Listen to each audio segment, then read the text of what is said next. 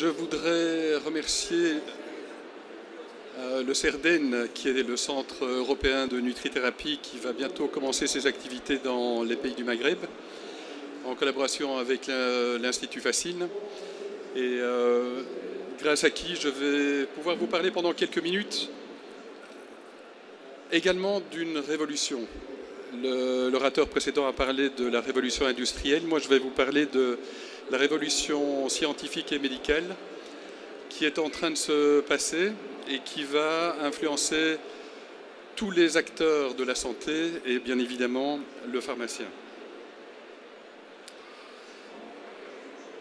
Alors en fait, il est important de savoir que jusqu'il y a peu, on considérait qu'une bactérie était, ou un microbe était un microbe, un ennemi à abattre. Récemment, grâce aux nouvelles technologies, on a pu découvrir un nombre énorme de bactéries que nous avons dans notre organisme et qui sont à l'origine de notre santé. Nous sommes entrés dans une ère nouvelle, ça veut dire qu'en fait, nous sommes en train de comprendre comment les bonnes bactéries contribuent à la santé de notre corps en général, mais aussi de chaque organe. Et cela concerne pas uniquement le domaine, la sphère urogénitale de la femme, mais également la santé digestive, intestinale et tous les organes. Le microbiote, en fait, c'est un terme dont vous allez entendre parler de plus en plus. Ça reprend l'ensemble des micro-organismes que nous avons dans notre organisme. Je parle principalement des bactéries, mais sachez qu'évidemment, on parlera certainement dans les mois et les années à venir aussi des virus bactériophages qui jouent un rôle très important aussi dans notre santé. Alors, cette nouvelle science est à l'origine de pas mal de nouveaux mots. Je n'aurai pas le temps de rentrer dans le détail, mais vous voyez que derrière le mot microbiotique se cache probiotique, prébiotique, symbiotique, psychobiotique, pharmabiotique, postbiotique, phage biotique. Tous ces noms, vous allez les côtoyer de plus en plus dans les années à venir parce que nous avons dans notre corps plus de bonnes bactéries que de cellules. Nous avons entre 500 et 1000 espèces présentes chez l'homme et ces bactéries, en fait, constituent vraiment un centre d'intérêt majeur pour la recherche dans le monde entier. Sachez déjà qu'il y a eu un prix Nobel il y a plus de 100 ans qui a été attribué pour le sujet.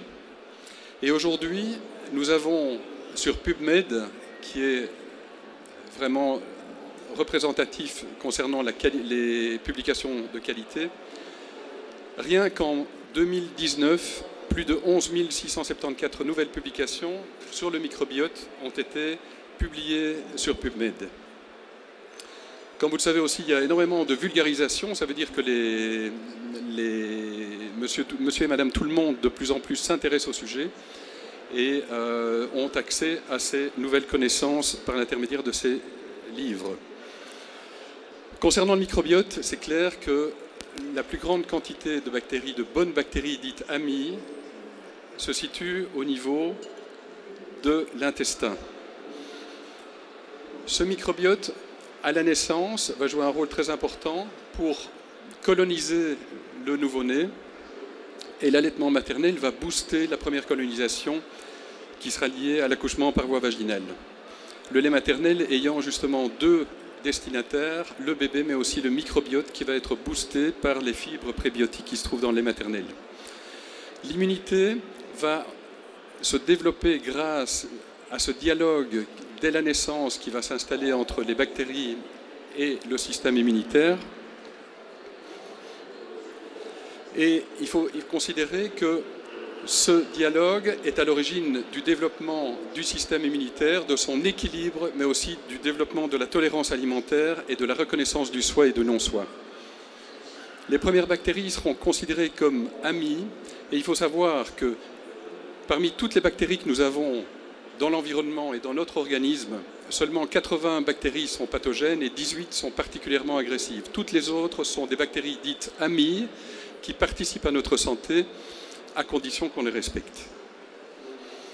Alors, ce microbiote, il est spécifique de chacun. Il se développe essentiellement pendant les 3 premières années de vie. Il reste stable pendant le reste de la vie et on constate qu'il diminue en fin de vie et qu'il diminue en tout cas sur le plan de la diversité et les bifidobactéries qui sont très importantes chez le nourrisson diminuent très rapidement.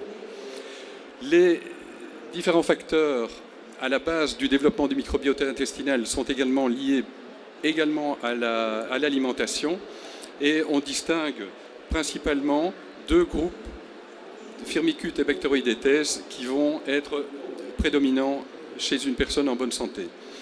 Il faut partir du principe qu'un microbiote est une équipe qui en fait travaille ensemble, et si on prend des antibiotiques, vous tuez certains membres de cette équipe, et alors certaines bonnes bactéries qui travaillent pour vous d'habitude, peuvent se rebeller et produire des toxines. C'est ce qui arrive avec le Clostridium difficile, qui malheureusement devient de plus en plus résistant aux antibiotiques. Il faut savoir aussi que ce microbiote, tous ses effets santé, passent par l'intermédiaire, entre autres, de la production d'acides gras à chaîne courte, dont le butyrate est un élément très important, qui va contribuer à un transit équilibré, au développement et à la qualité de la barrière intestinale, et surtout aussi au développement et à l'équilibre du système immunitaire. Tous ces effets du butyrate, je n'ai pas le temps de rentrer dans le détail, mais sachez que tous ces effets santé, on est en train de les découvrir et de les confirmer jour après jour, et qu'ils sont vraiment excessivement variés. Alors, les facteurs qui diminuent la diversité, parce que cette diversité du microbiote, elle est fondamentale, les facteurs qui diminuent la diversité, outre la prématurité et les césariennes, nous avons bien évidemment les antibiotiques. Ici, vous avez le profil d'une personne en bonne santé. On part du principe que plus on est en haut, moins le nombre de bactéries est élevé, et plus on descend, plus le nombre de bactéries augmente. Donc vous avez une majorité de très bonnes bactéries ici, et il faut savoir que nous avons tous des pathogènes, et que ces pathogènes n'attendent qu'une chose, c'est de se développer si les bonnes bactéries disparaissent ou diminuent, par exemple, suite à la prise d'un antibiotique. Donc, quand on parle d'un déséquilibre de microbiote, on parle de dysbiose. Au départ, on se disait, on commence à connaître toutes les bactéries que nous avons, donc l'important, c'est la quantité. Puis, on a constaté que ce n'était pas la quantité qui était importante, parce que la quantité est souvent présente, mais c'est la qualité. Alors, on s'est tourné vers le type d'espèces, de souches, etc., et de bactéries présentes, et puis on a constaté que c'était la fonctionnalité et la diversité qui étaient importants, et c'est ça qui va être à l'origine justement de cette révolution scientifique et médicale. Les paramètres qui déséquilibrent le microbiote sont les antibiotiques, bien évidemment, et d'autres médicaments comme les anti-inflammatoires, les antiacides, les inhibiteurs de pompe à protons, les laxatifs, les antidépresseurs, mais le stress également, qui est un élément majeur, plus, je vais dire, les déséquilibres de la vie moderne, de l'alimentation, les aliments ultra transformés. En Europe, en tout cas, la consommation est en explosion et est à l'origine d'énormément de problèmes métaboliques, et bien évidemment les problèmes d'allergie alimentaire qui sont également en grand développement. Alors, concernant les antibiotiques, ici, c'est un slide extrêmement intéressant pour vous montrer ce qui se passe au niveau du microbiote intestinal après une prise d'antibiotiques. Ceci représente en fait une préparation à la coloscopie avec et sans antibiotiques. Vous avez tout d'abord la préparation sans antibiotiques, et vous allez voir d'abord les lignes brunes. La première ligne brune représente, après la préparation sans antibiotiques, la réapparition de la quantité de bactéries qui, assez rapidement, vous le voyez, revient à son niveau de départ. Vous voyez ici qu'on est sur une échelle de 2 semaines et puis de 3 mois. Alors, sans antibiotiques, vous allez voir que la diversité revient, mais seulement après 2 semaines. Si vous prenez maintenant un antibiotique, vous allez voir que la quantité qui est représentée en vert ne reviendra pas aussi vite que dans la situation sans antibiotiques. Il faudra presque 2 semaines pour que la quantité revienne. Mais alors, ce qui est beaucoup plus préoccupant, c'est la diversité. Et vous voyez la diversité ici, après 3 mois, elle n'a pas retrouvé sa situation de base. Il faut savoir qu'après un antibiotique, la diversité, selon la personne, ne revient à son niveau initial qu'après 2 mois ou alors parfois après 2 ans. Et plus le nombre de traitements antibiotiques est important, plus cette diminution de diversité sera importante.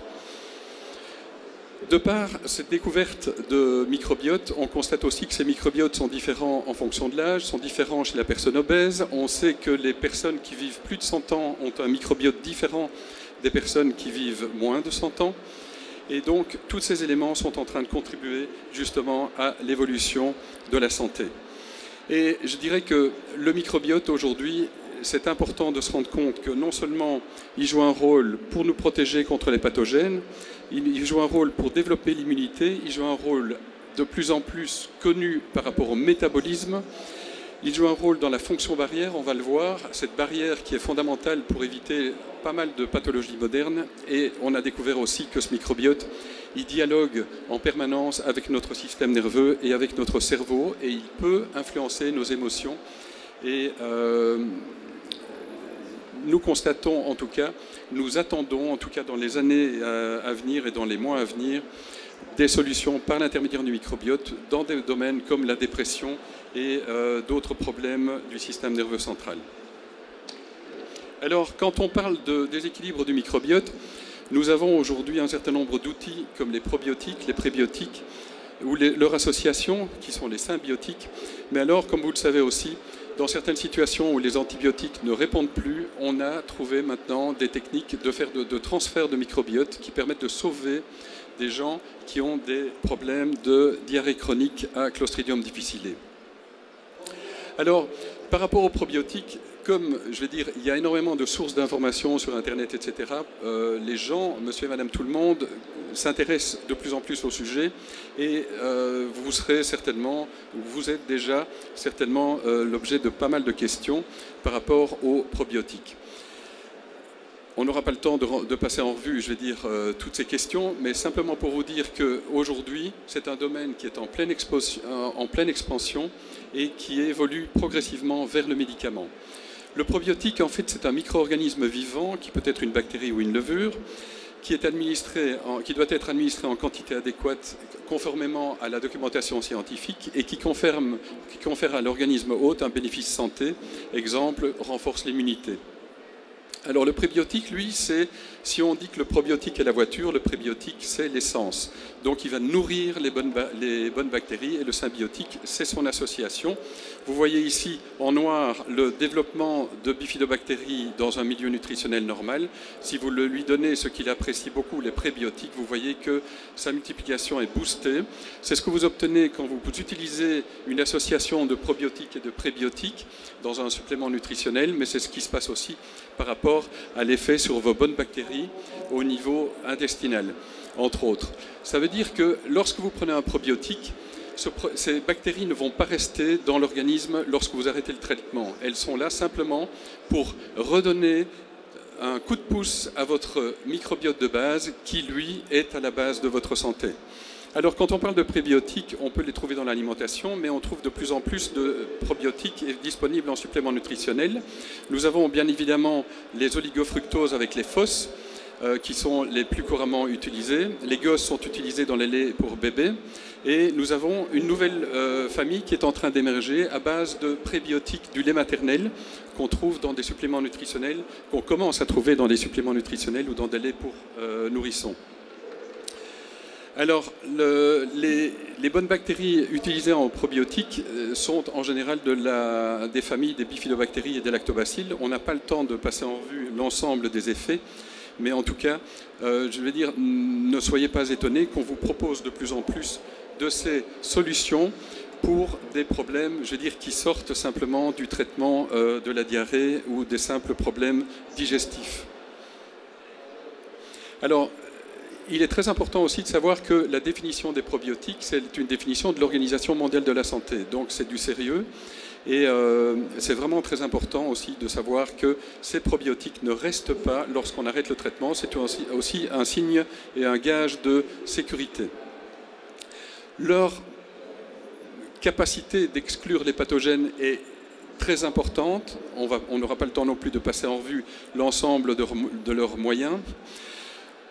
Donner des probiotiques chez l'enfant et chez le nourrisson, c'est très important parce que ça favorise le développement du microbiote et la maturité du système intestinal et de l'immunité. Et grâce à cela, je veux dire, ça permet en tout cas d'aider l'enfant dans ses premiers mois et ses premières années. Nous n'aurons pas le temps non plus de passer en revue l'ensemble des mécanismes d'action des probiotiques, mais sachez que toutes ces bactéries ont des fonctionnalités nettement supérieures par rapport à nos cellules humaines. Et je dirais que pour quelqu'un qui recommande des probiotiques, il est très important de savoir que l'effet probiotique est souche dépendant. Son efficacité dépend de son ADN, comme nos propres cellules, que l'efficacité est cruciale, que l'efficacité passe par la documentation scientifique, c'est très important, et la qualité est cruciale parce qu'en fait, on parle de micro-organismes vivants. Et donc, c'est très important d'avoir une garantie, si on parle de probiotiques, que le produit a une viabilité, une revivification possible pendant toute la durée de validité du produit. Alors, pour votre information, il y a de plus en plus de recommandations scientifiques qui sont faites par des associations mondiales de gastroentérologie ou d'associations pharmaceutiques, etc. Et donc, il faut savoir que, alors qu'il y a quelques années, on était un peu dans une jungle, ne sachant pas très bien que prescrire, dans quelle indication, quelle souche, eh bien, ça devient de plus en plus clair et on commence à avoir vraiment de bons outils. Bien qu'il faille faire attention, parce que sur Internet, il y a eu une publication récente qui a consulté les 150 pages les plus visitées ou qui apparaissent le plus facilement quand on consulte Internet. Et bon nombre de sites ne sont pas tout à fait au point sur le plan de la documentation scientifique. Donc il y a un certain nombre de sites Internet officiels et de qualité qu'on peut consulter. La qualité est cruciale parce que ce sont des organismes vivants et en termes de conservation, c'est important aussi de les conserver dans des conditions optimales parce que, je vais dire, l'humidité et les températures élevées, je vais dire, sont des éléments qui sont mauvais pour la viabilité de ces souches. Et d'autre part, il faut savoir qu'à partir du moment où ces souches sont consommées, l'acidité gastrique et les sels biliaires sont extrêmement agressifs et donc la documentation scientifique est importante pour démontrer que le produit est efficace et l'encapsulation, la micro-encapsulation peut parfois être utilisée comme galénique pour optimaliser la viabilité des souches. Alors, concernant la qualité, comme ce ne sont pas des médicaments, c'est très important aussi de savoir qu'il y a des demandes régulières pour optimaliser la qualité des produits. Et récemment encore, l'ISAP a fait un appel pour optimaliser cette qualité. Et en fait, en Europe, il y a un label de qualité qui est attribué pour justement, et qui est proposé à l'industrie, pour justement garantir non seulement que les souches sont présentes dans l'emballage, mais que la viabilité des souches est garantie pendant toute la durée de viabilité du produit. Alors en pratique quotidienne, donc les grandes espèces de bactéries utilisées en probiotiques sont les suivantes, vous les connaissez. Les grandes indications, il y a tous les problèmes de diarrhée, on parle aussi évidemment du côlon irritable, des maladies inflammatoires chroniques de l'intestin, on parle des préventions d'infections. En santé urogénitale chez la femme, évidemment, il y a énormément d'indications intéressantes, et également chez la femme enceinte. Et alors, chez le nourrisson, la prévention de l'eczéma atopique et des allergies est quelque chose d'excessivement intéressant aussi chez les nourrissons à risque. Alors, dans la diarrhée, en tout cas, quelque chose d'important chez le nourrisson, c'est de savoir que maintenant, il y a des recommandations de la Société européenne de gastroentérologie pour justement associer et pour diminuer la durée des diarrhées. Et le Lactobacillus rhamnosus GG est entre autres, avec les quelques souches ici, cité, avec certaines recommandations qui sont plus importantes que d'autres. Le bénéfice étant de réduire cette diarrhée, 24 heures étant garantie au moins. Et il faut savoir que pendant cette diarrhée, il y a également, je vais dire, un problème de perméabilité intestinale qui intervient. Concernant les autres souches, je n'ai pas le temps de rentrer dans le détail, mais il y a un certain nombre de souches qui sont vraiment intéressantes, que ce soit lactobacilles ou bifidobactéries. Une autre chose importante concernant les diarrhées aux antibiotiques, c'est que le Clostridium se développant de plus en plus, il est de plus en plus recommandé, même chez l'adulte, et plus seulement chez le patient âgé et chez le nourrisson, d'associer un probiotique à l'antibiotique. Ça se retrouve repris dans la Cochrane Review. Et l'adjonction de probiotiques pendant 1 mois avant le début de traitement dans le cadre de l'éradication de l'Helicobacter pylori et pendant 1 mois après la fin du traitement permet d'optimaliser l'efficacité et la compliance au traitement. Alors ça c'est une sorte de tableau que vous trouvez sur le site de l'Organisation mondiale de gastroentérologie où vous avez toutes les indications, les souches étudiées et les posologies. La diarrhée du voyageur, un conseil très important, c'est de commencer le probiotique avant le départ et d'utiliser le probiotique jusqu'au retour à la maison. Dans les maladies inflammatoires chroniques intestinales, l'efficacité, je veux dire, pour l'instant, elle n'est pas encore optimale. En tout cas, on commence à avoir on a de meilleurs résultats avec la rectocolite qu'avec la maladie de Crohn, mais il y a avec les transferts de microbiote, je veux dire, pas mal de travaux qui sont en cours et peut-être que par cette voie-là ou par l'intermédiaire de super probiotiques qui comprendront alors une centaine de souches, peut-être qu'on pourra aider davantage ces patients. Alors, dans les coliques du nourrisson, ça, il faut savoir qu'on peut vraiment diminuer la durée et l'importance des coliques du nourrisson qui peuvent être à l'origine des bébés secoués et qui peuvent entraîner de graves conséquences et de lésions cérébrales chez le nourrisson. Et donc, c'est important de savoir qu'on peut trouver des probiotiques efficaces pour diminuer ce genre de problème. Dans le côlon irritable, ça c'est vraiment un domaine excessivement intéressant, mais il n'y a pas 2 patients identiques, donc on va traiter en fonction des symptômes. Il y a, je veux dire, un certain nombre de souches que vous connaissez bien, qui est entre autres le Lactobacillus plantarum, qui est disponible ici en Algérie. Et donc, il faut savoir qu'on peut trouver des solutions par les probiotiques, mais que c'est en fonction des symptômes qu'on choisira son probiotique. Alors, les conseils d'utilisation. Un probiotique, 1 jour, 2 jours, 5 jours, 1 semaine de probiotique, ça ne sert à rien. Il faut au moins 3 semaines. Si c'est un problème comme le côlon irritable, il faut au moins 3 mois. Et si les facteurs de risque ou si les problèmes persistent, à ce moment-là, on continue, mais il n'est pas nécessaire de prendre le probiotique tout le temps. Alors à ce moment-là, on peut envisager 10 jours de traitement par mois. S'il y a un antibiotique, très important, commencer le probiotique en même temps que l'antibiotique, le même jour, mais on prend le probiotique 3 heures après. Dans la maladie du voyageur, j'ai déjà dit qu'il fallait commencer avant le départ, sinon ça ne marche pas. Dans la vaccination, pour booster les vaccins, vous pouvez donner 1 semaine de probiotiques de certaines souches spécifiques et vous allez multiplier l'efficacité du vaccin. Et donc, dans le côlon irritable, c'est intéressant, en tout cas après 1 mois, d'évaluer si la souche que vous avez ou l'association que vous avez choisie est efficace et de réévaluer cela encore après 3 mois.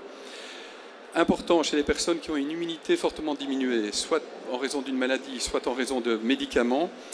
À ce moment-là, ça se fera sous contrôle médical et la conservation est importante. La constipation, problème fréquent chez les seniors, chez les femmes enceintes, etc.